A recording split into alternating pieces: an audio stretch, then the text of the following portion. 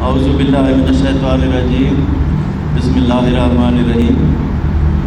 جناب جہاز کیچی صاحب، منسٹر ٹرانسپورٹ پنجاب، معزز اراکین کابینہ،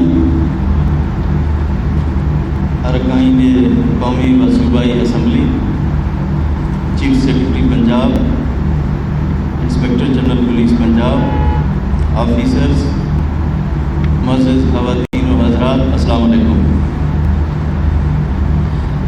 اس تقریب میں تمام شرکاء کا خیر مقدم کرتا ہوں۔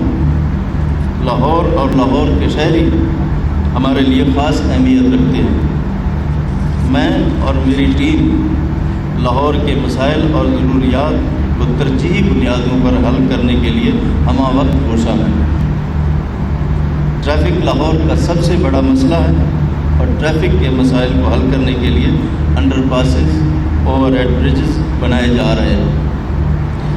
اسی طرح ٹرانسپورٹ کے نظام کو بہتر کرنے پر پوری توجہ دی جا رہی ہے۔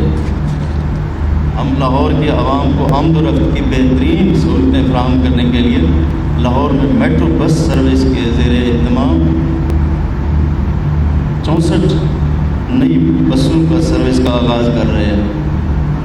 پہلے سے زیادہ مسافروں کی گنجائش رکھنے والی 18 میٹر طویل یہ بس عوام کے لیے بہترین ٹرانسپورٹ ثابت ہوگی۔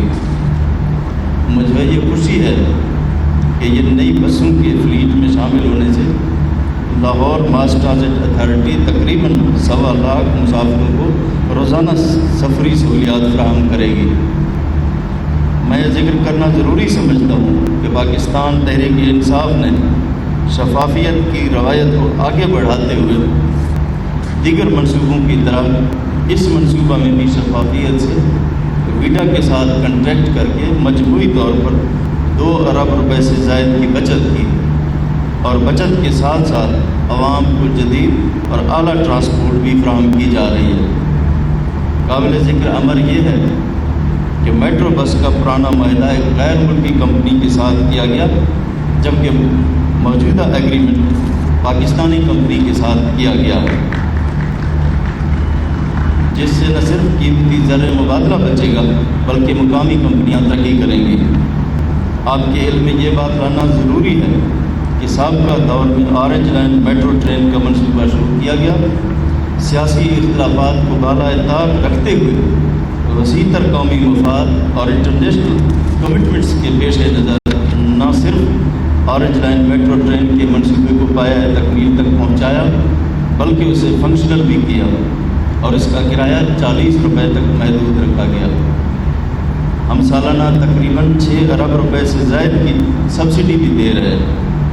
ہم نے شدید مالی مشکلات کے باوجود نہ صرف ان منصوبوں کو جاری رکھا بلکہ اب ہم ماحولیاتی آلودگی کے خاتمے کے عزم کے تحت لاہور میں الیکٹرک بسیں چلانے کا پروجیکٹ بھی لا رہے ہیں۔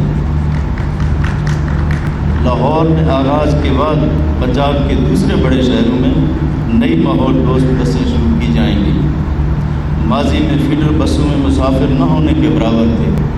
ہم نے عوام کی سہولیت کے لیے کیش کرایہ وصول کرنے کا نظام متعارف کرایا، جس کے نتیجے میں لاہور میں فیڈر بسوں میں مسافروں کی تعداد 100% اور ملتان فیڈر بس سروس میں 24% اضافہ ہوا۔ Punjab vehicle inspection and certification کا سسٹم کا نفاذ ماحولیاتی آلودگی اور ٹریفک کے حادثات میں کمی کے لیے بہت اہمیت رکھتا ہے۔ 27 اضلاع میں ویکس سینٹر قائم کیے جا چکے ہیں اور اس کا دائرہ کار پورے پنجاب تک وسیع کیا جائے گا۔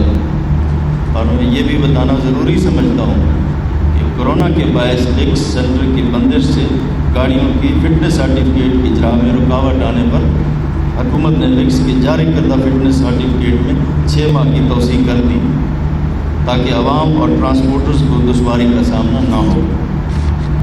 پنجاب کے 9 اضلاع میں ایکسل روڈ مینجمنٹ سسٹم اس سال کے آخر تک لایا جا رہا ہے۔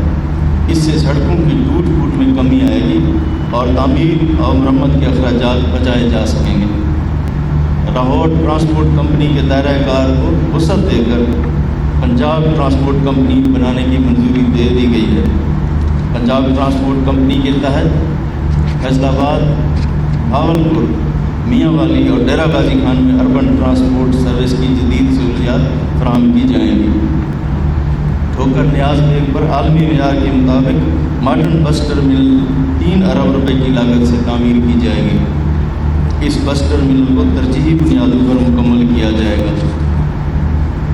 اور مستقبل کے تقاضوں کو مد نظر رکھتے ہوئے لاہور سمیت تمام بڑے شہروں میں ماس ٹرانسپورٹ سسٹم متعارف کرانے کا عزم رکھتے ہیں، کیونکہ پاکستان تحریک انصاف کا منشور عوام کی فلاح و بہبود، اور ہم یہی منشور اور عزم کے تحت عوام کی خدمت کرتے رہیں گے۔ اللہ تعالیٰ آپ سب کا حامی و ناصر ہو۔ پاکستان بند نباد۔